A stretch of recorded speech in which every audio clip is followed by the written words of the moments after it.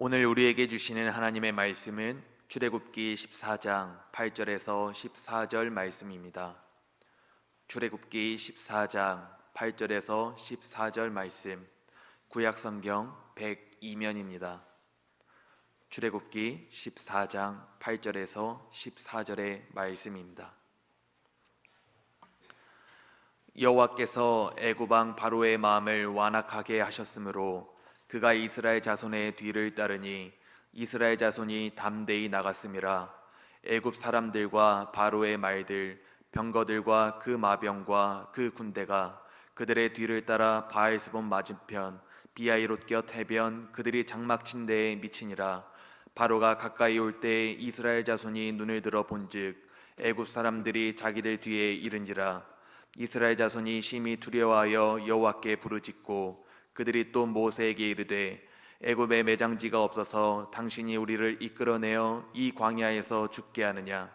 어찌하여 당신이 우리를 애굽에서 이끌어내어 우리에게 이같이 하느냐? 우리가 애굽에서 당신에게 이른 말이 이것이 아니냐? 이르기를 우리를 내버려 두라. 우리가 애굽 사람을 섬길 것이라 하지 아니하더냐? 애굽 사람을 섬기는 것이 광야에서 죽는 것보다 낫겠노라. 모세가 백성에게 이르되 너희는 두려워하지 말고 가만히 서서 여호와께서 오늘 너희를 위하여 행하시는 구원을 보라. 너희가 오늘 본 애굽 사람을 영원히 다시 보지 아니하리라. 여호와께서 너희를 위하여 싸우시리니 너희는 가만히 있을지니라. 아멘. 안녕. 여러분 모두를 주님의 이름으로 환영하고 축복합니다. 오늘 예배를 위해서 귀한 연주를 해주신 우리 김승철 권사님께 감사드리는데 박수 한번 해주시죠. 함께 예배를 드리면은 교동문을 회중들이 있기 때문에 따로 읽을 필요가 없지만은 방송이 되는 관계로다가 교동문과 또 뒤에 교회 비전 늘 섬겨주신 권사님께 감사를 드립니다. 오늘 이 교회학교 영상이 준비될 때에 앞에 얼굴이 보이는 목사님과 전사님이 계십니다. 그러나 그 뒤에 목소리만 나왔던 분들이 제가 기억하기로는 세 분이 계십니다. 그러나 또 이것을 촬영하는데 몇 시간 걸리고 또 편집하는데 이렇게 하는데 여러 사람들이 있습니다. 수고한 분들에게 감사를 드리고 오늘 함께 예배하는 여러분 모두를 주님의 이름으로 축복합니다. 부활하신 주님께서 주시는 평화가 여러분 모두와 함께 하시기를 축복합니다. 지난 사순절 기간에 읽었던 정호승 시인의 봄길이라고 하는 시입니다. 길이 끝나는 곳에도 길이 있다. 길이 끝나는 곳에도 길이 되는 사람이 있다. 스스로 봄길이 되어 끝없이 걸어가는 사람이 있다. 강물은 흐르다가 멈추고 새들은 날아가 돌아오지 않고 하늘과 땅 사이에 모든 꽃잎은 흩어져도 보라, 사랑이 끝난 곳에도 사랑으로 남아있는 사람이 있다. 스스로 사랑이 되어 한없이 봄길을 걸어가는 사람이 있다. 봄이 왔다지만 이래저래서 봄 같지 않다는 말을 들을 때에 이 시를 읽었습니다.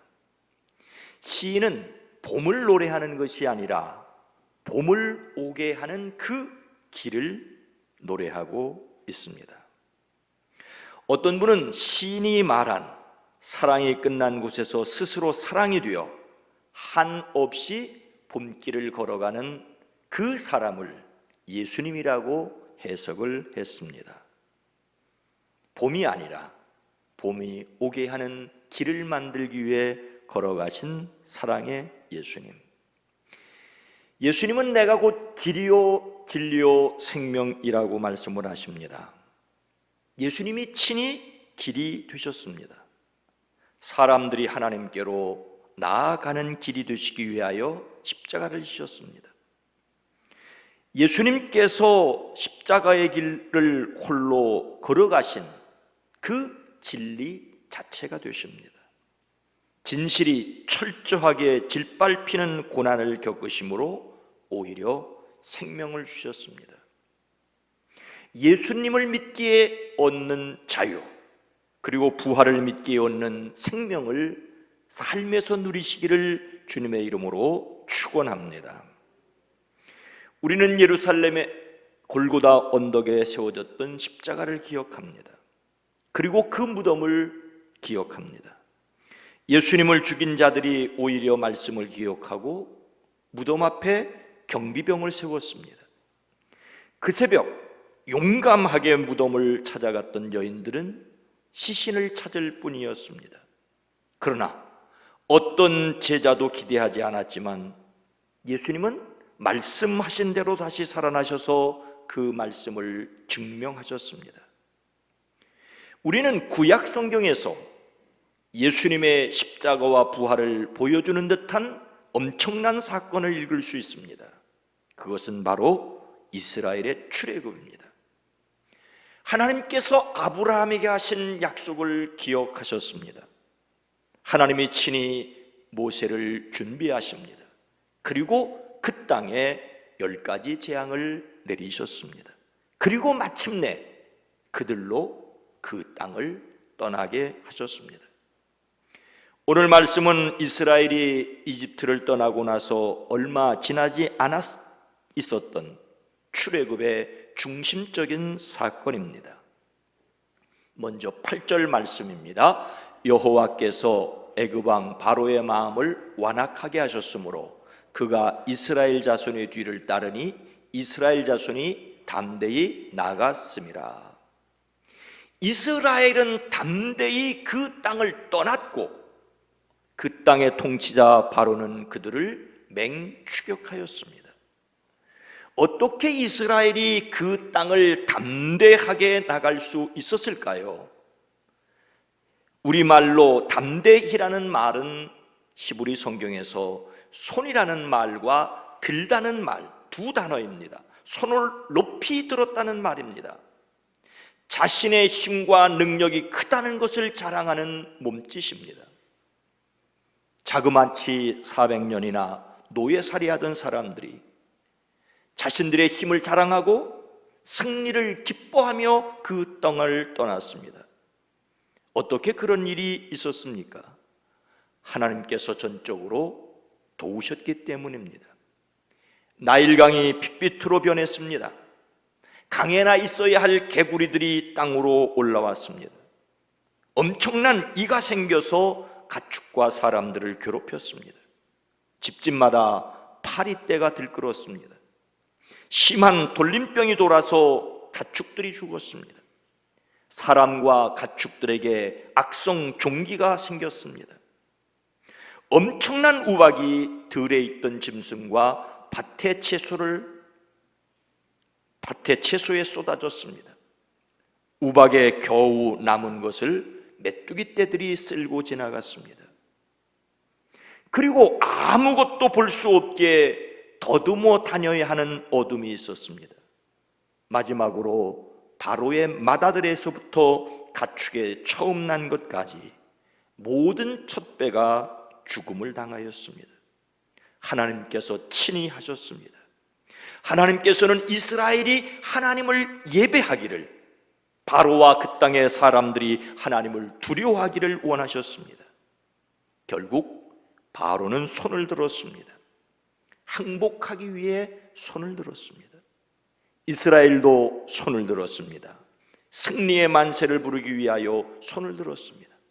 그리고 그렇게 모든 일이 끝나는가 싶었습니다. 하지만 하나님께서는 더 원하시는 것이 있으셨습니다. 더욱 분명하고 확실하게 하나님의 일하심을 사람들의 기억에 새겨 넣기를 원하셨습니다. 바로가 정신이 들었습니다. 하나님께서 그 땅에 내리신 10가지 재앙은 바로가 보기에 심각한 자연재해에 불과하였습니다. 나일강이 범람하면 핏빛으로 변할 수 있고 개구리들이 땅으로 기어오를 수 있었기 때문입니다. 숨을 돌릴 겨를도 없이 엄청난 재해들이 잇따라 벌어졌기에 정신을 차리지 못하였을 뿐입니다. 이스라엘 사람은 당하지 않고 이집트 사람만 당한 일은 꺼름칙하였지만 이것도 있을 수 있는 우연들일 뿐입니다. 겹치는 어려움에 경황이 없었는데 숨을 돌리게 되자 화가 치밀어 올랐습니다. 더욱이 자신들이 부려먹던 히브리인들이 으스대며 나가는 꼴을 차마 앉아서 볼 수가 없었습니다. 그래서 추격을 시작하였습니다. 한편 하나님께서 이스라엘을 전혀 이상한 곳으로 인도하십니다. 제대로 가던 방향을 되돌려 바알스본 맞은편 바닷가에 장막을 치게 하셨습니다. 그곳은 그들이 들어간 곳을 제외하고 3면이 바다였습니다. 진을 쳐서는 안 되는 곳에 진을 치게 하셨습니다. 이것을 본 바로는 자신에게 주어진 기회라고 생각하였을 것입니다.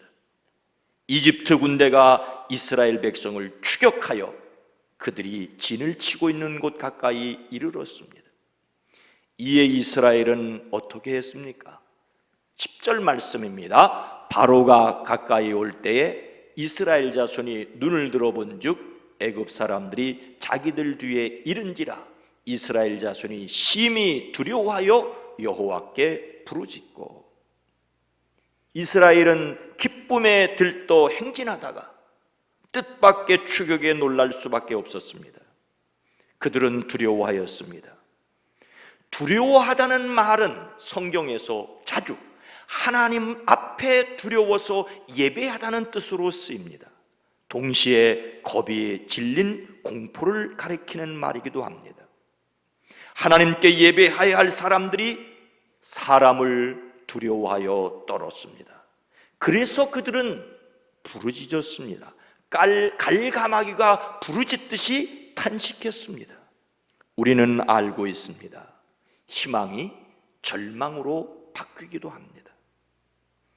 예수님과 함께 호산나 찬송을 부르며 예루살렘에 들어왔던 사람들이 십자가에서 돌아가시는 예수님을 보며 느꼈을 절망과 같습니다. 예수님과 함께 예루살렘으로 입성했던 그들은 예수님께서 로마 군대를 몰아내시기를 기대했습니다. 그런데 예수님께서 너무도 허약하게 돌아가셨습니다. 그들은 십자가의 너머를 볼 수 없었기에 절망하여 도망쳤습니다. 우리의 삶에서 희망을 고문이라고 부르며 차라리 희망을 가지나 말았으면 절망을 덜할 것이라며 탄식하는 경우들이 있습니다. 그러기에 우리는 다시 주님의 십자가 너머 부활을 바라보아야 합니다. 이 고난 또한 하나님의 계획에 포함된 이름을 보는 눈들이 저와 여러분 모두에게 있어지기를 주의 이름으로 축복합니다. 두 손을 높이 들고 기쁨의 노래를 부르며 애굽을 떠나온 사람들은 그들을 추격하는 군대를 보고 절망하였습니다. 그 너머를 보지 못하니 그들은 어떻게 하였습니까? 11절 말씀입니다. 그들이 또 모세에게 이르되 애굽에 매장지가 없어서 당신이 우리를 이끌어내어 이 광야에서 죽게 하느냐? 어찌하여 당신이 우리를 애굽에서 이끌어내어 우리에게 이같이 하느냐? 그들은 모세를 원망하였습니다. 이집트에는 묫자리가 없어서 우리를 이 광야에서 이끌어 죽이려느냐 했습니다. 여기서 이런 일을 당하다니 왜 이렇게 우리를 만드냐고 그들은 절망합니다. 절망 때문에 하는 말이라지만 참으로 험악한 말이기 그지없습니다. 모세에게 강력하게 항의하는 것을 볼 수 있습니다. 그들의 원망은 계속됩니다. 12절 말씀입니다. 우리가 애굽에서 당신에게 이른 말이 이것이 아니냐? 이르기를 우리를 내버려 두라.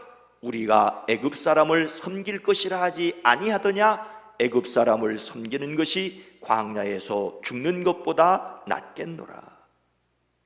이미 그들이 모세에게 하였던 말을 다시 끄집어냈습니다. 이집트에 있을 때 우리가 이미 당신에게 말하지 않았느냐?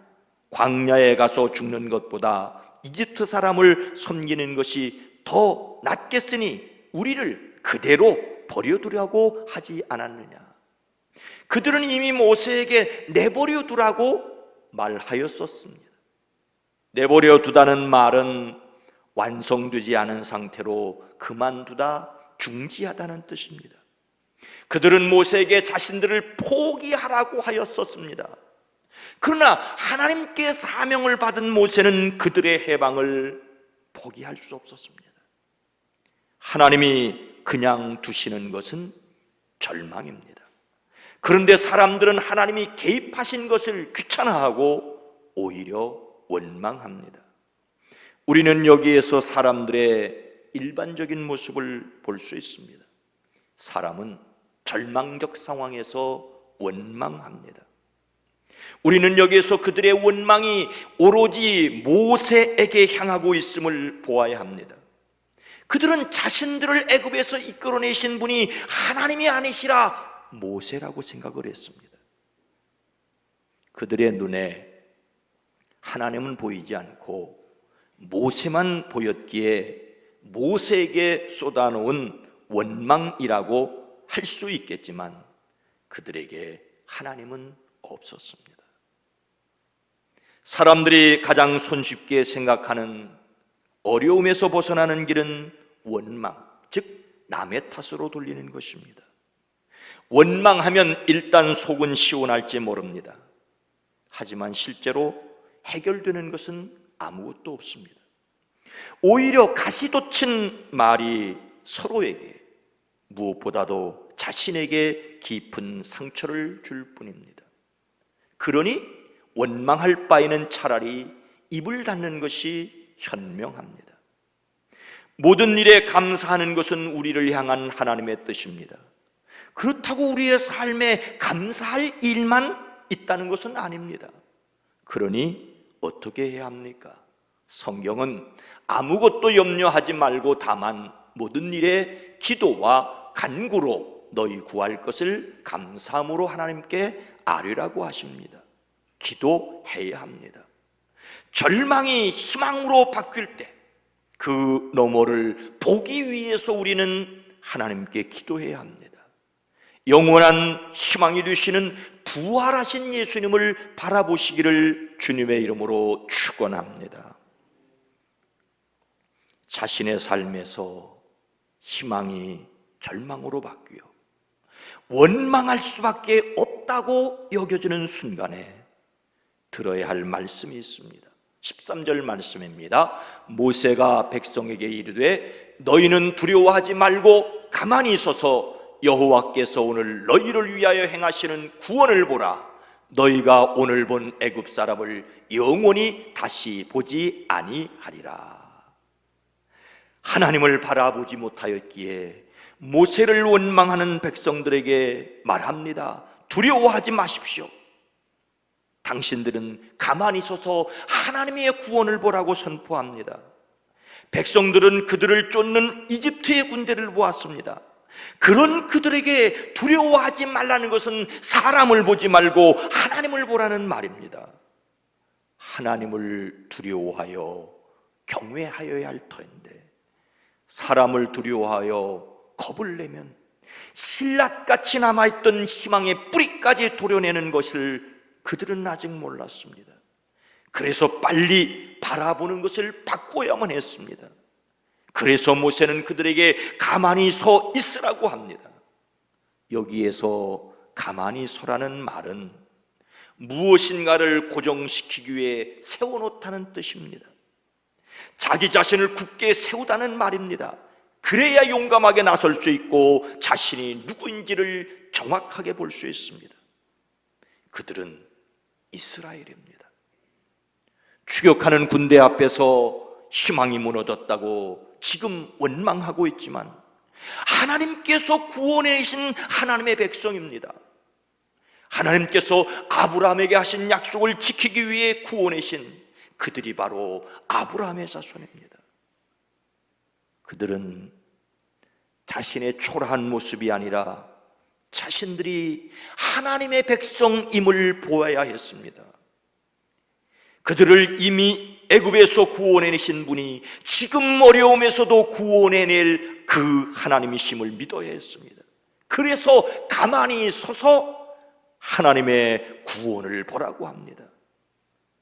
그들이 그때 거기에서 해야 할 일은 원망이 아니라 이미 구원하셨던 것을 기억하고 또한 구원하실 것을 바라보는 것입니다.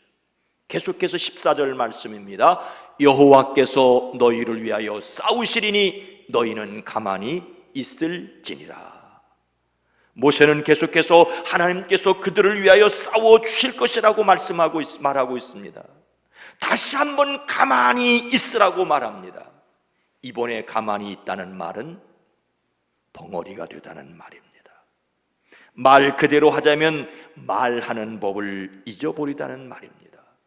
점잖게 말하자면 잠잠하다는 말이고, 험하게 말하자면 찍소리도 말라입니다. 불평하거나 두려워하지 말고 하나님의 구원을 기다립니다. 절망을 이기기 위하여 하나님을 보는 믿음을 가져야 합니다. 하나님께서 천지를 창조하신 이후 최고의 사건은 출애굽이라고 할 수 있습니다. 출애굽은 10가지 재앙 끝에 어린 양의 피를 문에 바름으로 시작되었습니다. 그리고 일단 홍해를 건너므로 마무리되었습니다.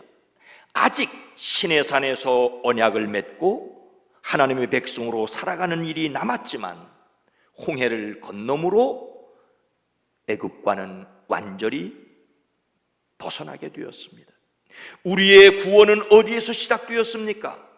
예수님께서 십자가에서 죽으시고 부활하심으로 우리를 위한 구원의 길은 마련되었습니다. 그러나 이스라엘이 홍해를 건넌 것처럼 세례를 통하여 예수님의 부활과 십자가에 대한 신앙을 고백해야 합니다. 아직 구원받은 하나님의 백성으로서의 삶이 남아 있지만 이미 구원은 이루어졌습니다. 이스라엘이 홍해를 가르시는 하나님의 구원을 그저 보아야만 하였던 것처럼 우리는 예수 그리스도의 십자가와 부활을 그저 바라보아야 합니다. 성경이 예수님의 제자들조차 믿지 않았던 부활이라고 말하는 이유는, 부활은 사람이 믿을 수 있는 이야기가 아니라는 말입니다. 사람이 따지고 논쟁할 수 있는 이야기가 아닙니다. 우리는 어떤 일을 감탄할 수 있습니다. 그러나 너무 크고 엄청난 일이라면 그야말로 그저 놀랄 뿐입니다. 그러나 더 크고 예상 밖의 일을 만나게 되면 입을 다물고 그저 바라볼 뿐입니다. 그들의 앞을 가로막았던 홍해가 갈라지는 것은 입을 다물고 바라볼 일입니다. 예수님의 십자가와 부활 역시 사람의 입을 다물고 하나님이 하신 일을 바라보아야 할 뿐입니다. 하나님의 엄청난 일을 바라보는 믿음을 가지시기를 주님의 이름으로 축복합니다. 사랑하는 성도 여러분, 이제 우리는 믿음으로 나가야 합니다. 우리의 믿음은 홍해가에 있던 사람들의 믿음과 같지만 다릅니다. 가만히 서서 바라보아야 한다는 면에서는 같습니다. 그러나 그들은 모세의 말을 듣고 가만히 있어야 합니다. 우리는 예수님을 믿어지게 하시는 은혜에 가만히 있어야 합니다. 지금 우리와 함께 계신 성령의 도우심으로 가만히 있어야 합니다. 예수님의 무덤과 관련된 재미있는 이야기를 읽었습니다. 아리마대 요셉이 예수님의 시신을 받아 장례를 치르고 난 직후 그의 친구들이 요셉을 찾아왔답니다. 친구들은 말합니다. 아, 자네 나사렛 목수 예수의 시신을 거두었다면서? 요셉이 말합니다. 그렇게 했네. 그분은 내가 사랑하고 존경하는 분이거든. 친구가 말합니다. 아니, 자네가 그토록 아끼던 무덤을 그분의 장례를 치르는 무덤으로 사용했다는데 진짜야? 그랬지, 맞아. 내가 빌라도에게 요청해서 예수님을 나를 위해 준비했던 무덤에 모셨다네. 친구들이 묻습니다. 아니, 자네가 그 무덤을 얼마나 정성껏 준비했는가? 엄청난 비용을 들여서 준비한 걸 어떻게 그렇게 거저줄 수 있나? 잠시 침묵이 흐른 후 요셉이 빙그레 미소를 지으며 말했답니다. 딱 사흘만 쓰시겠다고 하셨다네. 예수님의 무덤은 딱 사흘이면 충분했습니다. 안식일 전날부터 안식 후 첫날 새벽까지 사흘, 시간으로 이틀만 빌려드리면 되었습니다. 예수님은 말씀하신 대로 그렇게 다시 사셨기 때문입니다. 그런데 예수님의 제자들은 그 이틀 너머를 보지 못하였습니다. 그들의 눈앞에 있는 십자가가 넘지 못할 장벽으로 보였기 때문입니다. 인간적으로 가졌던 희망이 무너지고 절망이 오면 사람은 두려움 때문에 원망할 수 있습니다. 하지만 믿음은 원망하던 입을 닫고 하나님의 구원하심을 바라보는 것입니다. 복음성가 중에 너희는 가만히 있어 주가 하나님 됨 알지어다 하는 가사가 있었습니다. 근데 저는 개인적으로 가만히 있어라는 가사가 살짝 마음에 들지 않았습니다. 소는 누가 키우나 하는 생각이 제게 있었기 때문입니다. 그러나 다시 생각해 보니 아니, 예수님을 믿으면 믿을수록 가만히 서서 보아야 할 것들이 너무 많다는 것을 알게 됩니다. 우리가 살아가면서 순종해야 할 일들이 많습니다. 열심히 수고하고 애쓰고 노력해야 할 일들이 있습니다. 이것은 다음 시간에 우리들이 함께 나눠야 할 내용입니다. 구원받은 백성으로서 살아가야 할 삶이 있다는 것을 잊지 말아야 합니다.